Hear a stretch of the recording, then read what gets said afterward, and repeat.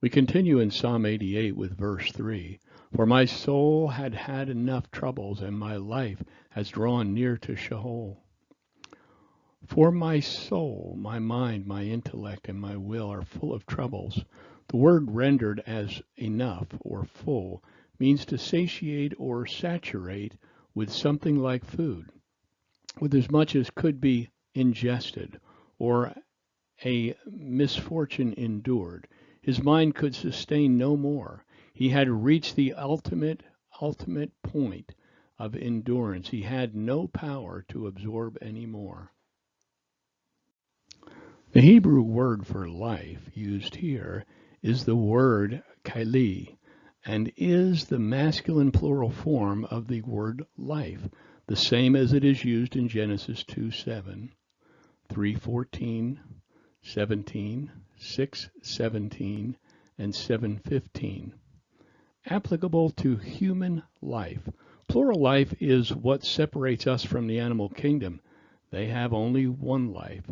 But our human soul is subject to a second death. We read about the deliverance of the faithful in Revelation 2:11. Anyone who has an ear should listen to what the Spirit says to the churches. The victor will never be harmed by the second death. And again, what the word speaks of the destruction of the wicked in Revelation 21:8. But cowards, unbelievers, vile murderers, sexual immoral, sorcerers, idolaters, and all liars, their share will be in the lake that burns with fire and sulfur, which is the second death.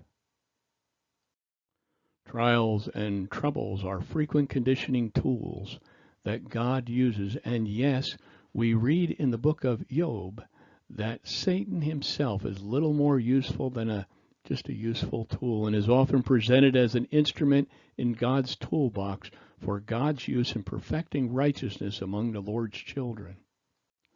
We read in Job 2:3-7. Then the Lord said to Satan, "Have you considered my servant Job? No one else on earth is like him, a man of perfect integrity who fears God and turns away from evil. He still retains his integrity even though you incited me against him to destroy him without just cause." "Skin for skin," Satan answered the Lord. "A man will give up everything he owns in exchange for his life. But stretch out your hand and strike his flesh and bones, and he will surely curse you to your face." "Very well," said the Lord. "He is in your power, only spare his life." So Satan left the Lord's presence and infected Job with terrible boils from the sole of his foot to the top of his head. God, in the person of Jesus, even allowed himself to be tempted by Satan to gain firsthand mortal understanding of human frailty. We read about it in Matthew 4:1. Then Jesus was led by the Spirit into the wilderness to be tempted by the devil, where the reigning principle is found in Hebrews 2:18. For since he himself was tested and has suffered, he is able to help those who are tested. The overall point of temptation is to restore and renew us into the likeness of Jesus. And more often than I like to admit, because of our stiff-necked resistance, it must be by negative conditioning. 1 Corinthians 10:13 tells us that the joy and confidence for those of us who have been adopted into God's family is that our Lord will allow no temptation to overtake us except what is common to humanity.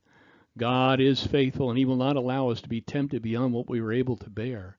But with the temptation, he will also provide a way of escape so that we are able to bear it. That's in 1 Corinthians 10:13.